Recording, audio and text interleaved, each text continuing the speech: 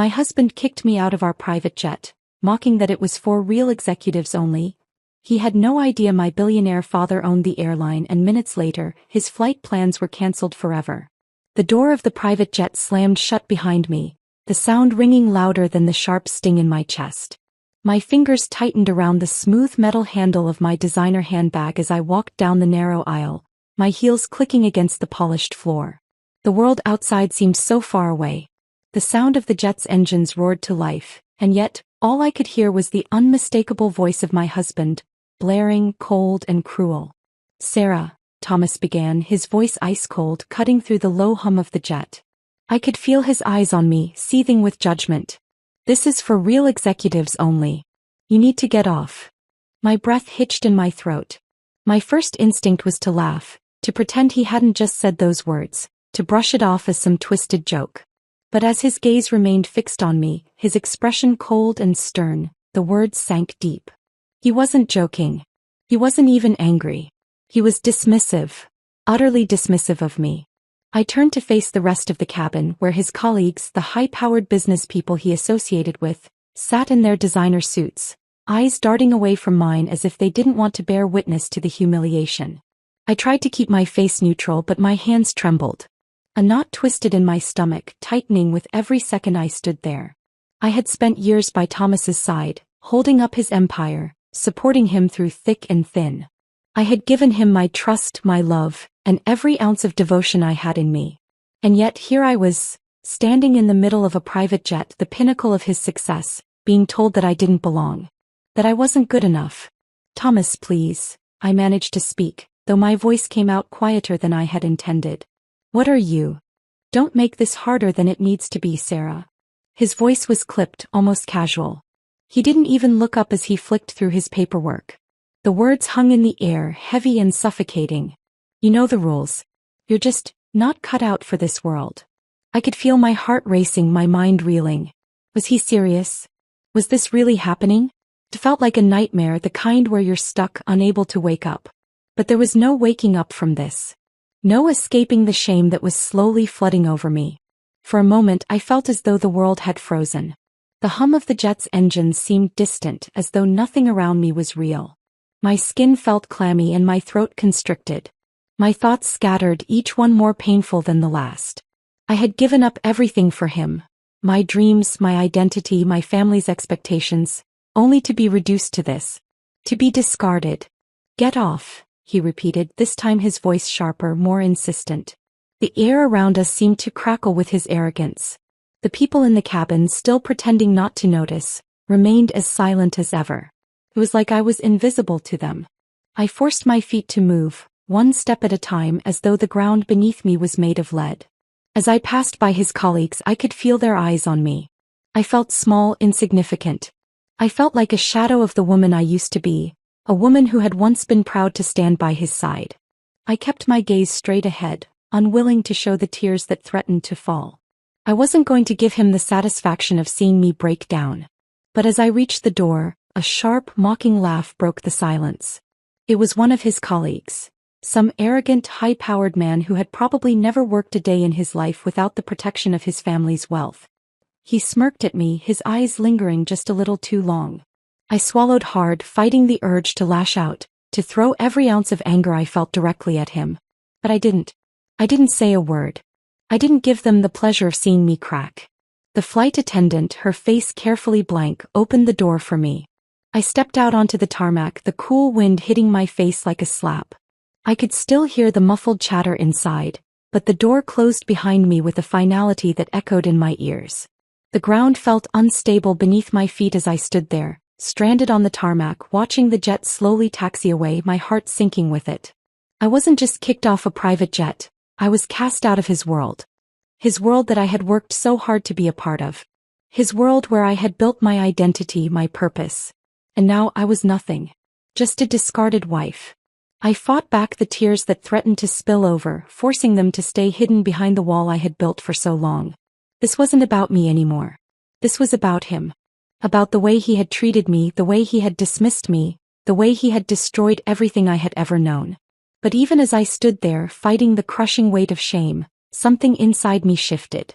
I could feel the anger rising, simmering just beneath the surface. I wasn't going to let him get away with this. I wasn't going to let him think he could humiliate me and get away with it. I wasn't his plaything. With a steady breath, I pulled my phone from my bag and dialed a number I had kept hidden from him for years. My father's number. The one person who knew the truth, who knew who I really was. My father who had built an empire of his own. My father who owned the airline Thomas had just kicked me off of. As the phone rang, I realized something. This was no longer just about revenge.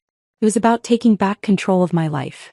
It was about proving to myself that I was worth more than what Thomas had tried to reduce me to. And so, with a calm I hadn't felt in years, I waited for my father to answer. I knew deep down that this moment was the beginning of everything. The phone call felt surreal as it rang in my hand, echoing louder in the silence that had descended on the tarmac. My fingers hovered over the screen, hesitation gnawing at me for just a moment. I knew what I had to do. I knew that one simple call could change everything, but I didn't know how I would feel afterward. Would it bring relief or just deepen the hole in my chest? Could this really be the beginning of something different for me? The truth had always been there, hidden behind layers of privilege, comfort, and silence. But now, standing alone on that cold tarmac, everything came into sharp focus. I wasn't just Sarah, the devoted wife of Thomas. I wasn't just a figure at his side. I was someone else.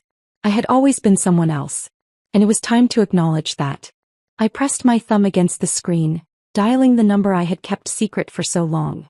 My heart pounded in my chest as the phone rang on the other end, each tone marking a beat in the changing rhythm of my life. My father had always been a man of power and influence, someone I had been proud to stay hidden from my husband's gaze. Sarah. My father's voice broke through, sharp and clear, familiar in a way that almost made me want to crumble. He always had that way of making everything feel solid, even when the world around me felt shaky. What's wrong? I could hear his concern, but I didn't want to explain everything right now. It wasn't about him, it was about me. I had spent too long in the shadows of other people's lives, blending into a role I never quite fit into. Today was different. Today I was going to do something that might shock him, might surprise even myself. Dad, I need your help, I said, my voice more steady than I expected. I need you to cancel a flight. A private jet. Thomas's jet. The line went silent for a beat, and then he spoke again, this time with a hint of caution, though I could sense his attention was fully on me now. Why? I'll explain later. Just do it. He's not who I thought he was. I need this. The words came out with an urgency I couldn't mask, but there was also something more beneath them. A plea, a request for something bigger than just revenge. I needed to feel alive again, to make a mark that couldn't be erased no matter what the cost. My father didn't ask further questions. He never did, not when I sounded like this. Like the woman who had once stood strong before the world. The woman who used to speak up before the years of being silenced and overshadowed by Thomas's world. Done, he replied, his voice cool and collected as always. I'll let you know if anything else comes up. You take care of yourself, Sarah. Thank you, Dad. I didn't know what else to say. There was a lump in my throat, but I swallowed it down. The hardest part was over, wasn't it? I hung up, the weight of my own decision settling in my chest. My fingers trembled slightly, but my mind was clear. I had made a choice. I had stepped out of the dark corner of my life and into a new light, one where I held the power. I had always been so afraid of showing my true self, so afraid of what might happen if I stopped being the perfect, quiet wife. But now there was no turning back. I looked up at the jet as it taxied slowly along the runway, my husband unaware of the storm that was brewing behind him. I watched the jet's sleek frame gleam in the sunlight, its engines roaring in defiance of everything I had once thought was my life. He sat inside that jet, oblivious to the fact that his world was about to crumble. How had I let myself become this small? How had I allowed him to treat me like nothing more than a shadow? The sadness I had once carried began to evaporate, replaced by something unfamiliar, a strange sense of freedom that I had not felt in years. My gaze didn't leave the jet. I watched as it sped down the runway, its wheels lifting off the ground. It soared higher and higher, taking Thomas away from me, taking him further into the skies of his corporate world. But this time something was different. I wasn't watching him go with regret or pain. This time I was watching with a sense of triumph. It was the moment when I finally realized that it wasn't him who controlled my life anymore. It was me. As the jet climbed higher, so did the realization of what I had just done. The man I had married, the man I had supported through every high and low, was nothing more than a puppet of his own ego, and I had just cut the strings. The feeling of control was exhilarating, but it was also sobering. I knew that there would be consequences. I knew that my decision had just shattered a part of my life I had spent years building. But for the first time in a long while, I felt alive. Alive in a way that I hadn't known I could feel. The anger, the betrayal, the resentment, it was all there, but it was also something else. A release. I watched the plane disappear into the distance, knowing that it wasn't just Thomas who was flying away from me. It was everything I had once believed about myself. And as I stood there, alone on the tarmac, I realized that I was no longer the woman who would silently suffer for the sake of a marriage, for the sake of a man who didn't see her for who she truly was. For the first time, I understood what it meant to take back control. It wasn't about making him pay, although that was certainly part of it. It was about finding my own power, stepping into a future that was mine to shape. The realization hit me like a wave crashing against a cliff, overwhelming yet strangely calming. I wasn't just Sarah, the wife. I wasn't just Sarah, the background player in his grand narrative. I was Sarah, a woman with a past, with a future, and with the strength to carve out a new life on her own terms. For the first time in years, I could breathe. And I wasn't going to let anyone, especially not Thomas, take that away from me. The moment I ended the call with my father, a strange silence settled over me. The jet was now a distant speck in the sky, and with it my old life seemed to be drifting away as well. I stood on the tarmac, the cool wind sweeping across my face, mixing with the dry sting in my eyes. What had I just done? There was no going back now, no undoing the choice I had made. I had made a decision that would change everything, not just for Thomas but for me. The path ahead was now uncertain, but there was something electrifying about it. For the first time in years I felt like I was in control. I turned away from the jet, my heart racing as I took a slow, deliberate step forward. The ground beneath my feet felt solid, but my mind was anything but. I wasn't sure what was going to happen next, but I knew that I couldn't just stand there, waiting for the consequences to unfold. No, I needed to move forward, to take charge of the mess I had created. I had never been good at being the one to make decisions for myself, always leaning on Thomas's choices, but that had all changed. I started walking towards the small office building just off the tarmac, the low hum of the jet engines fading into the distance. My steps were quick, purposeful. But with each stride, a part of me felt the weight of the reality I was facing. I had never allowed myself to acknowledge just how little I had been living in my own marriage. How little I had been living for myself. Now, standing in the wake of what I had done, I had no choice but to face that truth. It felt like a punch to the gut. The years I had spent buried under his expectations, his demands, his world. I had allowed myself to shrink in his shadow, believing that if I just played my part, if I just followed the rules, everything would be fine. But it wasn't fine. I was suffocating. My phone buzzed in my pocket, jolting me from my thoughts. I pulled it out, seeing a text from Thomas. The words were brief, but the sting was sharp.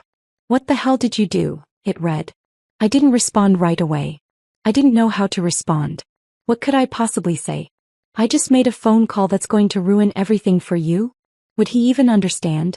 Would he even care? I slipped my phone back into my bag and pushed open the door to the office. The small, cramped space smelled faintly of coffee and paper. There was a receptionist behind a desk, her eyes flicking up as I walked in. I wasn't sure what I expected to feel when I stepped inside. Maybe relief or maybe a sense of victory. But instead I felt something else. A quiet, almost hollow sort of realization. This was it. The point of no return. "Can I help you?" the receptionist asked, her voice sweet but with a hint of curiosity. "I'm here for the paperwork," I said, trying to sound confident. "For the cancellation." Her eyebrows furrowed in confusion, but she didn't question me.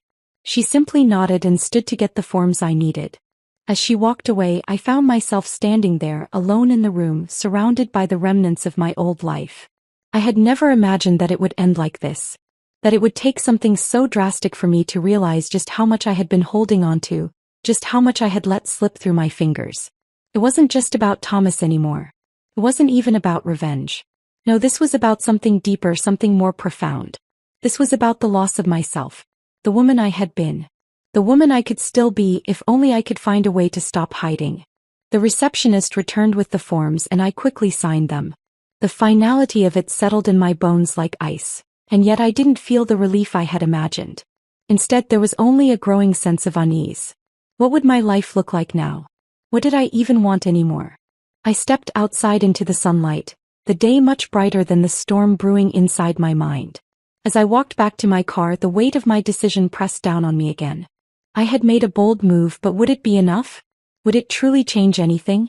Or had I just played into Thomas's hands by letting him see me unravel? The text from Thomas popped up again, his words sharp and angry. "You've crossed the line this time, Sarah." I could feel the anger in his words, the disdain dripping from every letter.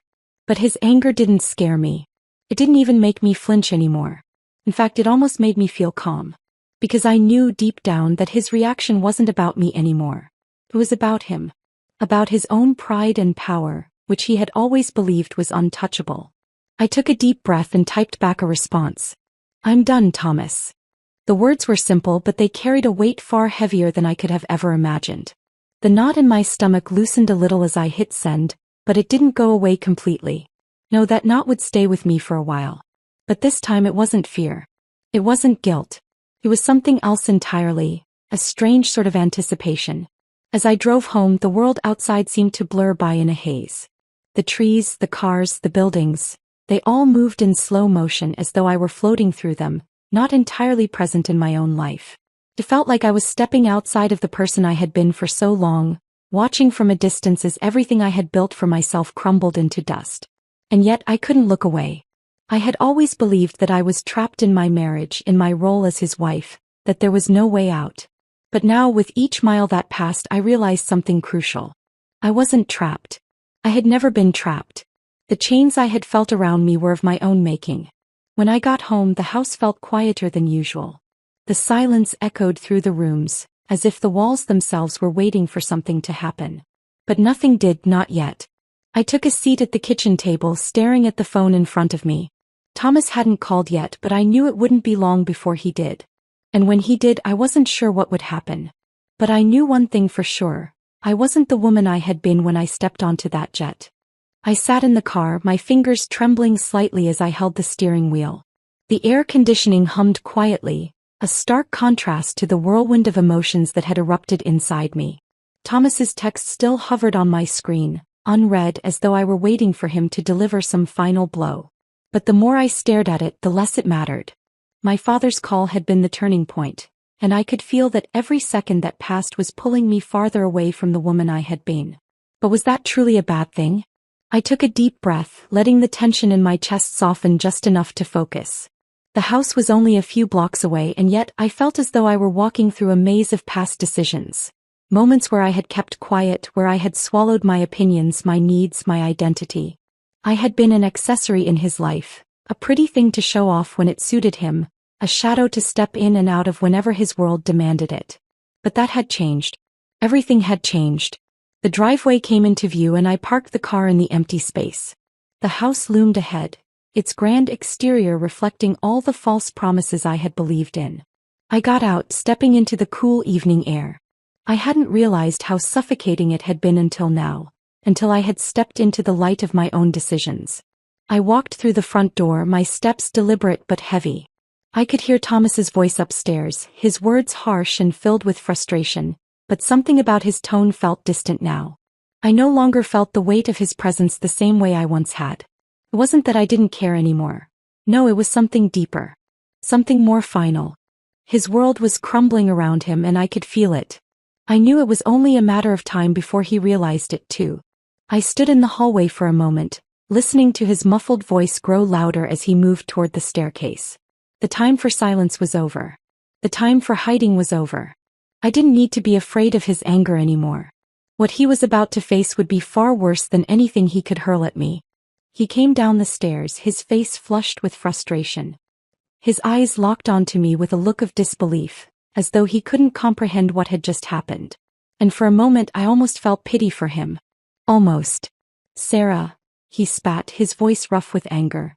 "What the hell did you do? You have no idea what you've just cost me." I stood there, unflinching. I didn't back away. I didn't shrink into myself.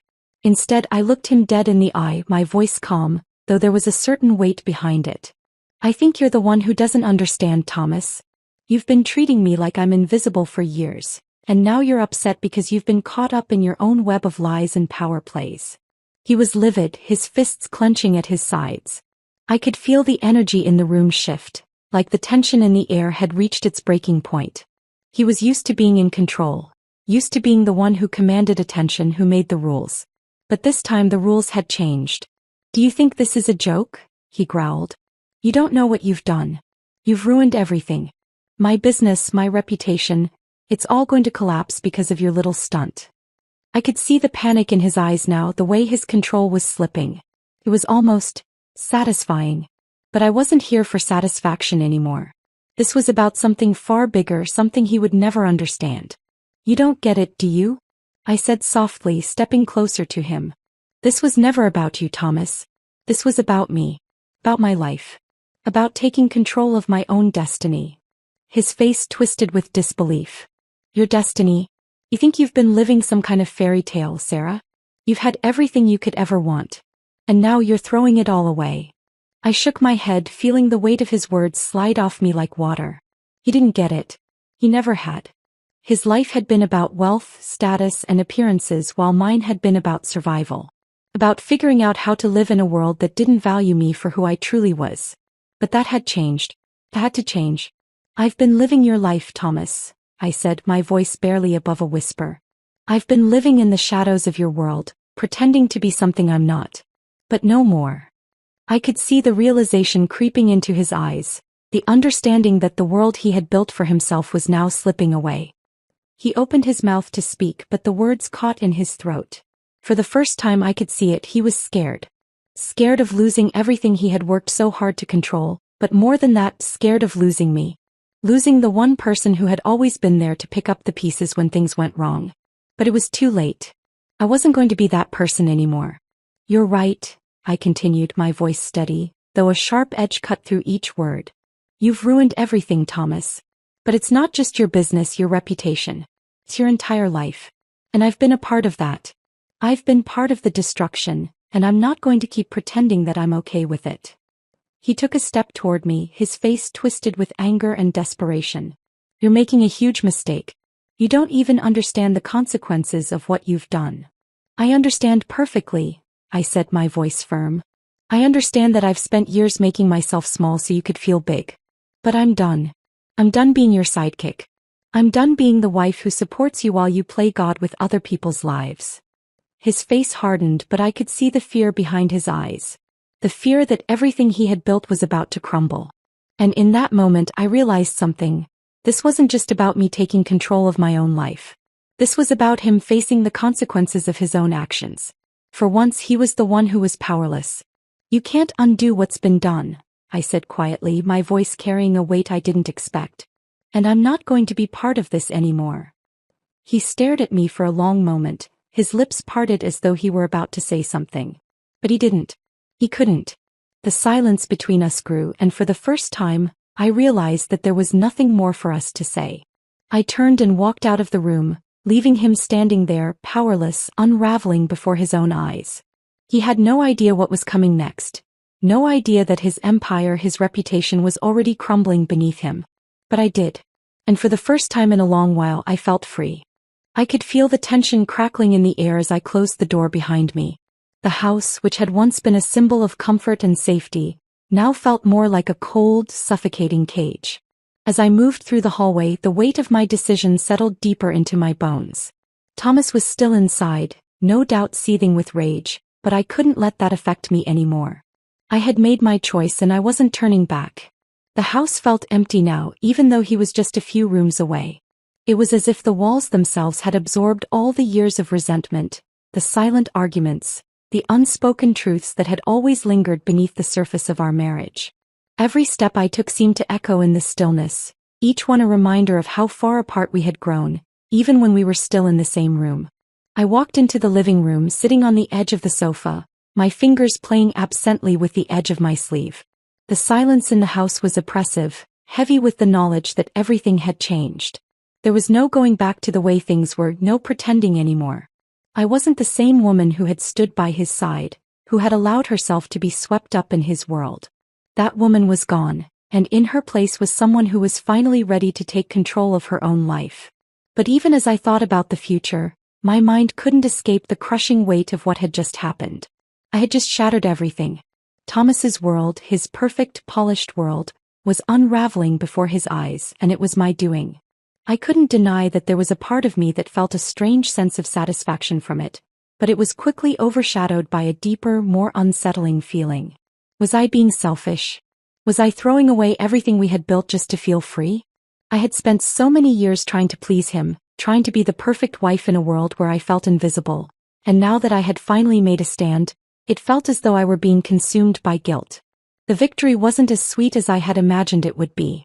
The sound of footsteps pulled me from my thoughts, and I looked up to see Thomas standing in the doorway. His eyes were dark, his face flushed with anger, but there was something else there too, something that felt almost like desperation.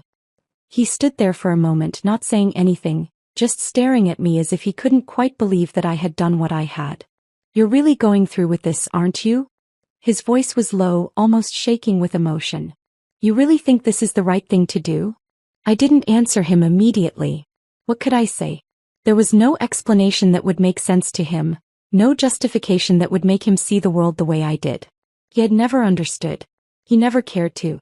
All these years I had watched him chase after success and power, believing that those things would make him happy.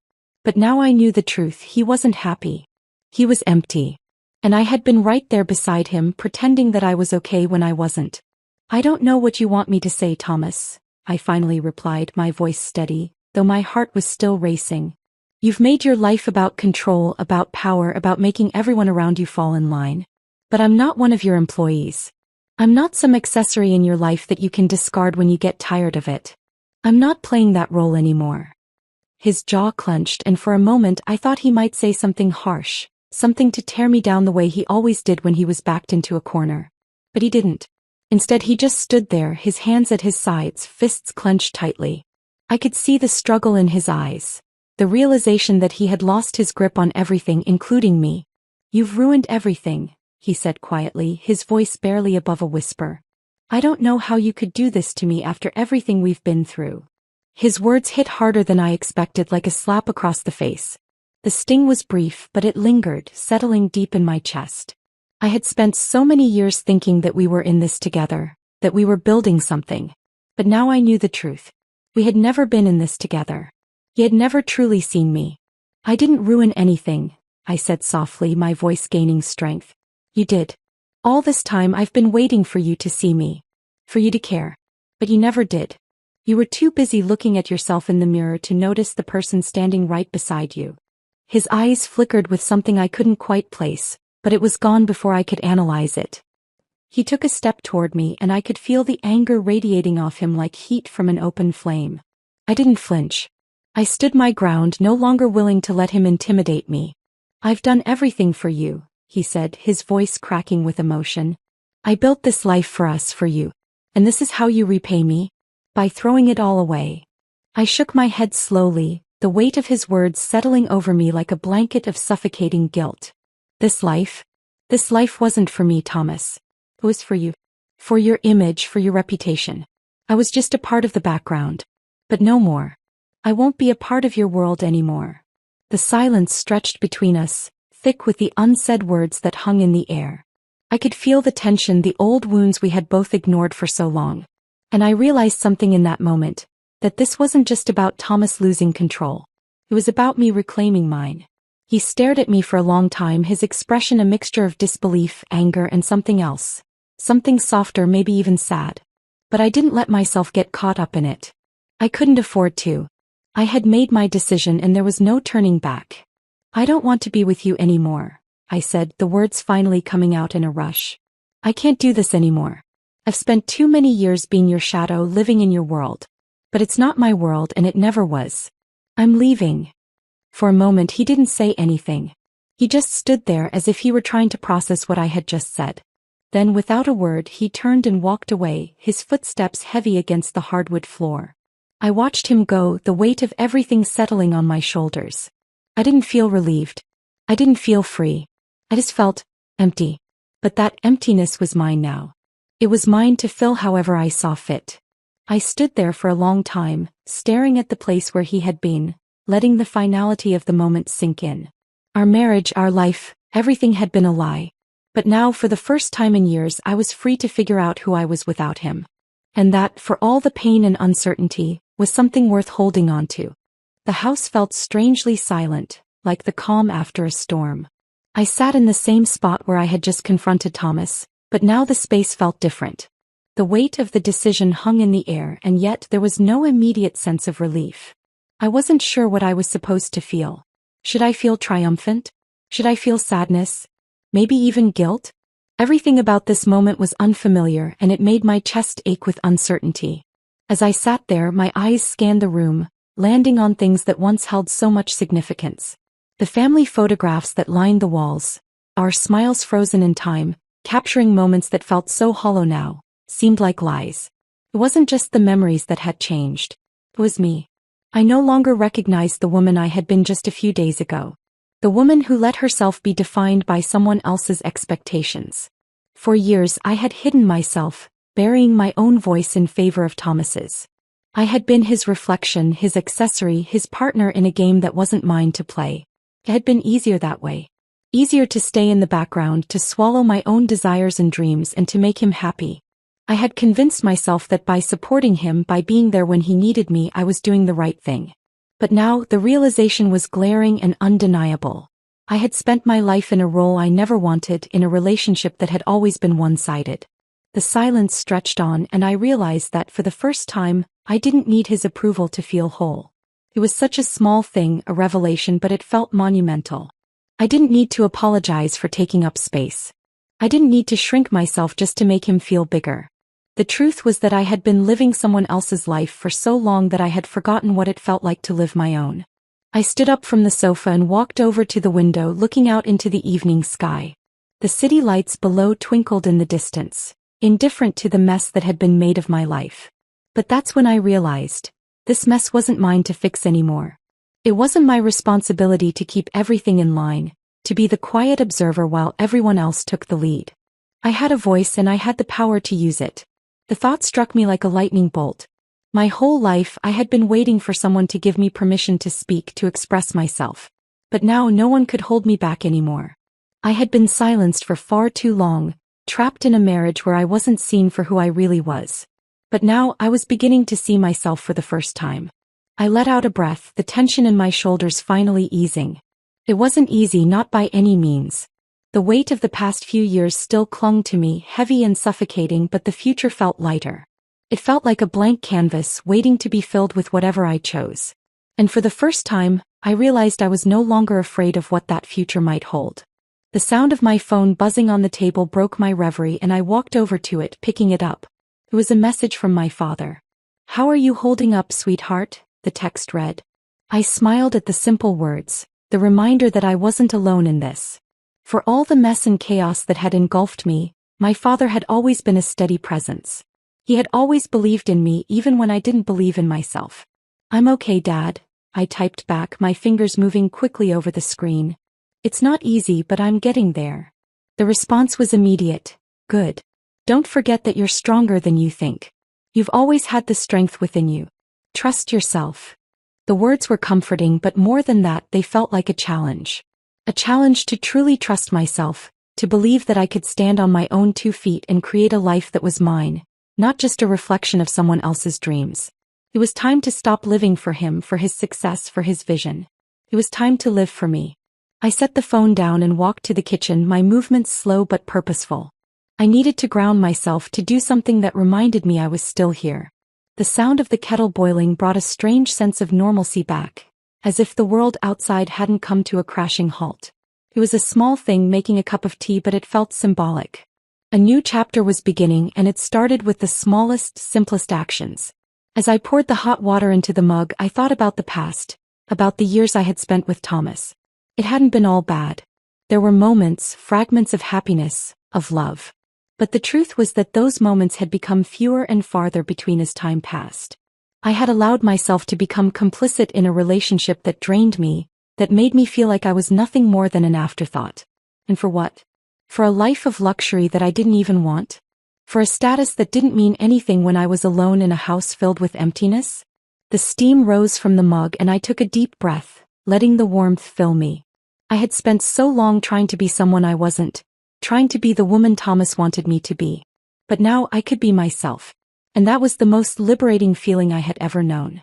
I sat down at the table with my tea, feeling an odd sense of peace settle in my chest. I wasn't sure where I was going or what the future held, but for the first time I didn't need to have it all figured out. I just needed to trust myself, trust the path that was opening before me, even if it was uncertain and unfamiliar. I could feel a new strength building inside me, like a seed taking root in the dark soil of my soul, ready to grow into something strong and beautiful. The phone buzzed again, and this time it was a call. I glanced at the screen, seeing Thomas's name flash across it. My heart skipped a beat, but I didn't pick up. I wasn't ready to face him, not yet. Maybe I never would be. But I knew one thing for sure. I wasn't the same woman who had picked up his call so many times before, desperate to fix things to please him. This time I wasn't going to run toward him. This time I was going to run toward myself. The tea had long gone cold, untouched, sitting beside me on the table. I hadn't even noticed it. My focus was on something else entirely. My reflection in the glass of the window before me. The world outside seemed distant, yet so much closer now that I was seeing it with fresh eyes. The soft glow of the streetlights below cast long shadows across the room, and for the first time in what felt like forever, I saw the woman who had been hiding behind the mask of a wife. I wasn't sure when I had disappeared into the background of my own life, but in that moment I knew one thing. I was back. It wasn't as though I had never been here before, standing in the quiet aftermath of everything I had known. But before I had never truly embraced it. Now the silence felt different. It wasn't cold and isolating. It wasn't the quiet of a woman who had been forgotten. No, this silence was mine. I had earned it. And more than that, I had earned the right to fill it with whatever I chose. I stood from the table and walked to the small bookshelf in the corner of the room, my fingers brushing lightly against the spines of the books that had always lined the shelves. There were old novels there, ones I had read long ago when the world felt full of possibilities. But now, as my fingers traced the dust-covered covers, it hit me. I hadn't picked up a book in years. Not for me. Not for my own pleasure. I had spent so much time being who I thought I needed to be, filling my days with tasks and obligations, with responsibilities that weren't truly mine.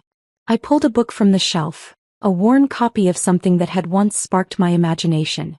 The pages were yellowed, and the words seemed to pulse with life as I flipped through them. For the first time in a long time, I felt something stir inside me. A longing, an unspoken desire to reclaim all the things I had set aside for so long. I had given so much of myself to Thomas, to the image of the life we were supposed to have. But what about the life I had wanted? What about the woman I used to be? I set the book down and walked to the window, leaning against the frame as I stared outside. The city was alive, bustling, full of movement, yet I felt still. I didn't feel trapped anymore. I felt free. A little scared perhaps, but mostly I felt the weight lifting off me. For the first time in my life I could breathe without looking over my shoulder, without wondering if I was doing the right thing, if I was living up to some expectation that had been placed on me. I didn't need permission anymore. I didn't need anyone's approval. The next morning I woke up with a renewed sense of purpose. I had spent so many years neglecting my own needs, my own desires, that now it felt almost foreign to think about what I wanted. But there it was, like a spark flickering inside me. I wanted to live for myself. I wanted to do something that was truly mine. So I did what I hadn't done in years. I made a list of things I loved, things I wanted to try, things that had been buried under the weight of a life I had lived for someone else. I walked into the kitchen, feeling the sun warm my skin as it filtered through the window. The smell of fresh coffee filled the air and I took a deep breath. This was my space now. The house felt quieter without the constant tension, without the presence of someone who had always demanded so much. The walls, once oppressive, now felt like a canvas for me to paint my own future. I could feel a shift happening inside me, like a tectonic plate moving beneath the surface slowly, steadily. This was more than just a break from my marriage. This was a break from everything I had thought I was. I wasn't just Sarah anymore. I wasn't just the wife who had faded into the background. I was someone new, someone whole. Someone who was learning to stand on her own, to build a life that was authentic and true. I spent the next few days immersed in my own thoughts, reflecting on the choices I had made. There were moments when I doubted myself, when I questioned whether I had done the right thing, but those moments grew fewer and fewer. Each day I felt stronger, more certain of my decisions, more certain of myself. The world didn't feel as daunting anymore. It felt like an open road, and for the first time I could see where it was leading me. One afternoon I decided to leave the house. It had been days since I'd done anything for myself, and it was time to step outside. I walked through the park, the breeze brushing against my face, carrying the scent of fresh grass and the promise of something new. The world felt vibrant, alive in a way I hadn't noticed before. I had spent so long trapped in my own world, the world of Thomas's success, of endless meetings and appearances, that I had forgotten how to simply live. As I walked, I thought about the future, about what I wanted to do next. I wasn't entirely sure yet, but I knew one thing for sure. I wasn't going to live the way I had been living. I wasn't going to let my life be defined by anyone else. The power to shape my own future was in my hands, and I would use it to carve a path that was uniquely mine. I passed by a small art gallery on the corner of the street, and something inside me stirred. I had always loved art. It had been one of my passions, something I had forgotten in the rush of everyday life. Without thinking, I stepped inside. The bright colors and abstract shapes filled the room, and for a moment, I was transported to another world. It was as though the paintings spoke to me, each one echoing the quiet rebellion that had been brewing inside me for so long. I lingered there for a while, lost in the beauty of the art, feeling a connection to something that was wholly mine. As I left the gallery, I made a decision. I was going to take a class. I was going to learn something new, something that was just for me, something that would help me rediscover the person I had been and the person I was becoming. The world was full of possibilities, and I wasn't going to sit on the sidelines anymore. That evening I made dinner for myself. A simple meal, nothing extravagant, but it felt meaningful. I wasn't cooking for anyone else. I wasn't setting the table to impress or to please. I was doing it for me. As I sat down to eat, I realized how much had changed in such a short time. I had reclaimed my life piece by piece, and I was starting to understand what it meant to truly live. I wasn't perfect. I knew there would be difficult moments ahead. But in that moment, with the warmth of the meal filling me, I knew I had made the right choice. This life, the one I was building for myself, was mine to shape. And it was only just beginning. The weeks after I had finally left Thomas felt like both a blur and an eternity. Time passed slowly, but with each day, I could feel myself shedding the layers of the woman I once was. There were moments, brief flashes, when the old doubts crept in. The ones that told me I had made a mistake, that I wasn't strong enough to do this alone. But those moments grew fainter, less convincing, until they were just memories of someone I no longer recognized. I was learning how to live for myself, and it wasn't easy. Every small step, every action I took that was purely for me, felt like an act of defiance against the woman I had been. And yet there was something incredibly freeing about it, a sense of peace that I had never known before. I wasn't constantly waiting for validation, for approval. I was living my life on my terms. For the first time in what felt like forever, I could breathe without fear, without wondering whether I was doing the right thing. It wasn't that I didn't have moments of weakness. Of course I did. I missed the comfort that had once been my life, the routine I had known so well. There were days when the silence in the house felt overwhelming, like a presence I couldn't escape. But even in those moments, I was beginning to realize something crucial. I had spent so long being afraid of silence. But silence wasn't the enemy. Silence was my opportunity to hear myself, to hear my own thoughts without the constant noise of someone else's expectations drowning me out. One evening, as I sat in the living room with a cup of tea in my hands, I couldn't help but think about Thomas. It wasn't an obsession, just a fleeting thought that passed through my mind. I wondered how he was coping, what he was doing now that I was gone. The thought of him felt distant, like someone I used to know, someone I used to care for, but whose presence no longer defined me. The phone buzzed on the coffee table and I glanced at it. It was a message from my father. "How are you holding up, Sarah?" he asked. The simplicity of the message brought a lump to my throat, and I found myself staring at the screen for a moment longer than necessary. I hadn't realized how much I needed someone to check in on me, to remind me that I wasn't doing this alone. My father had always been my anchor, a steady presence in a sea of uncertainty. And in that moment his support felt like a lifeline. "I'm doing better, Dad," I typed back. It's still hard sometimes, but I'm figuring it out. One day at a time. A few minutes later, my phone buzzed again. This time, the message was simple. I'm proud of you. You're stronger than you think. I smiled at the words, letting them sink in. He was right. I was stronger than I had given myself credit for. I had spent so much of my life doubting myself, thinking I wasn't enough, that I needed someone else to define me. But I had learned the hard way that true strength came from within. It wasn't about what others saw in me. It was about how I saw myself. That night, as I lay in bed, I thought about all the things I had learned in the past few weeks. The lessons that had slowly but surely started to shape me into someone new. I had learned how to stand up for myself, how to say no when it mattered, and most importantly, I had learned that I was worthy of the love and respect I had so often denied myself. I had spent so much time making excuses for why I couldn't be who I wanted to be, but now I realized the truth. I had always been capable of more than I had believed. The days turned into weeks and the weeks into months. With each passing day, I grew stronger, more confident in my own skin. I had started taking yoga classes, something I had always wanted to do but never had the time for. I had joined a book club, something I never thought I could do on my own. The small things started adding up. Things I had pushed aside, things I had told myself weren't important, because they weren't part of the life Thomas and I had built. But now, those things were the foundation of the life I was creating for myself. I had also started working again, taking on freelance projects that challenged me and made me feel like I was contributing something meaningful to the world.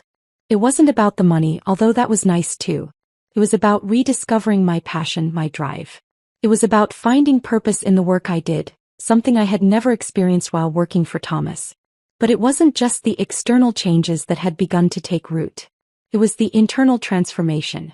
I had spent so many years trying to fill a hole inside me with external things, success, approval, possessions, that I had never taken the time to really look inside myself and ask what I truly wanted. Now I was learning how to listen to myself.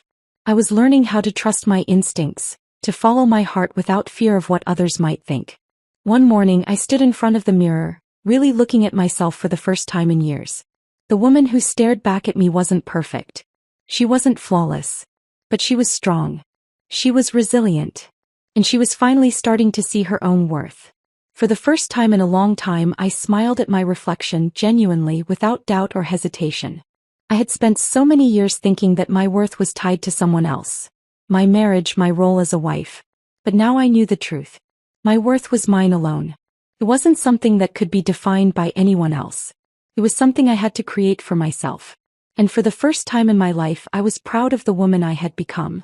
That evening, I sat down at the dining table, not as a woman who had been lost, but as someone who had found her way. I thought about the future, about what it might look like, about what I wanted it to be. It was still uncertain, still full of unknowns, but that was okay.